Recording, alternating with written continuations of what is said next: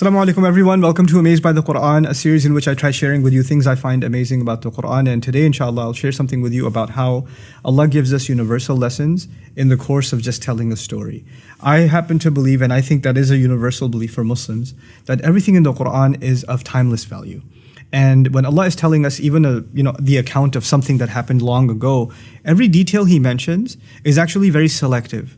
In other words, there's lots of things that happen in a story, especially in a historical account, and you can't have enough, there's no such thing as too many details, But Allah is very selective in telling a story, and He only tells us bits that are the most relevant for our guidance, right? So Allah will skip lots and lots of details about the life of Ibrahim and tell us the parts that are the most essential for our permanent guidance. Similarly, the story of Musa alayhi salam, so much repeated in the Quran, and yet He only highlights a few things that are of key value. So one thing that really struck out to me, and I've been thinking about it for some time, is when Musa alayhi salam, when Moses had fled and he was in Madian, and he helped these two girls, get water for their animals, and then they left, and their father asked, "How did you get water so early?" And he sent one of them back. And Allah actually, of all these details, like you would imagine, Allah would highlight details about like Judgment Day or the battle between the Pharaoh and Moses, or like when he was able to come back and challenge, or how he escaped, like big details. But in the middle of all of that, in the final revelation of Allah, Allah takes the time out to mention this little, what seems like a minor detail. وَجَاءَتْ إِحْدَاهُمَا تَمْشِي عَلَى اسْتِحْيَاءٍ. One of them came all the way, walking. Now there's two ways to translate this. She came walking shyly, like in a shy way. And she came walking over to him despite being shy. There's two ways of ala istihya, ala raghmi min istihya'iha. There's two ways of looking at it, okay? And I was fascinated that Allah would actually go out of His way in His final revelation to humanity until the Day of Judgment to highlight the way a woman walked. Like, what benefit could that have? Why is that important? And I realized that Allah Azza wa Jal, He highlights things in His book that are so pertinent to human guidance. The way a female walks is a powerful thing. It has an impact in society. As a matter of fact, the female has a presence that has been talked about across cultures. Across cultures, just her presence has a power, has an awe. It inspires something.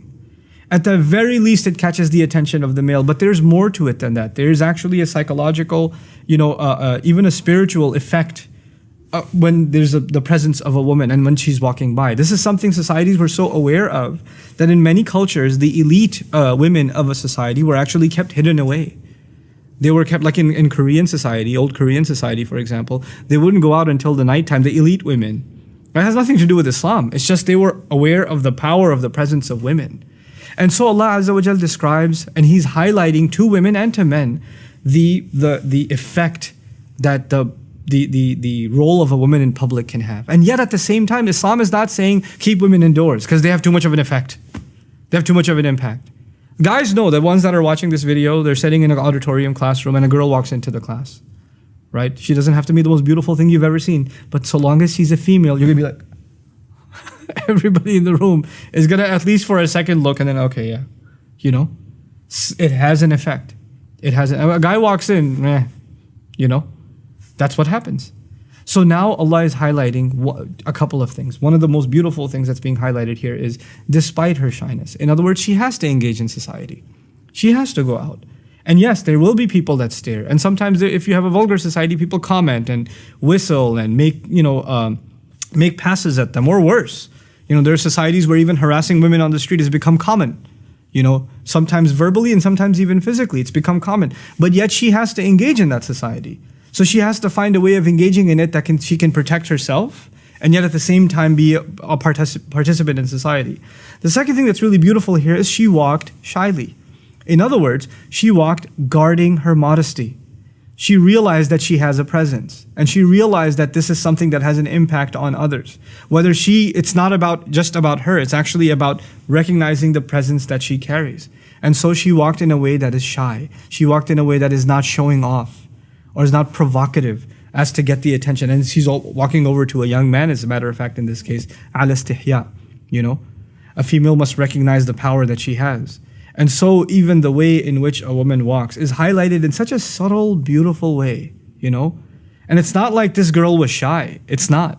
She walked over by herself to the strange man and said, Inna abi yad'uka liyajziyaka ajra ma saqayta lana. My dad's calling you, okay? He wants to pay you for the services you provided. And if she was all that shy and scared, she would have called her sister, and at least two of them would have come. But she came by herself. And her dad was confident enough in her to send her by herself. So there's this amazing balance between confidence and engagement, even when you're on your own, and at the same time holding on to your modesty. All of it captured in just the way that she walked. It's incredible. Barakallahu li wa lakum. Assalamu alaikum wa rahmatullahi wa barakatuh. Assalamu alaikum wa rahmatullah. If you enjoyed this video, please do share it with friends and family. If you want to see more videos from this series, click on the box at the top.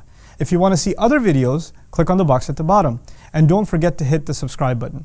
Thanks.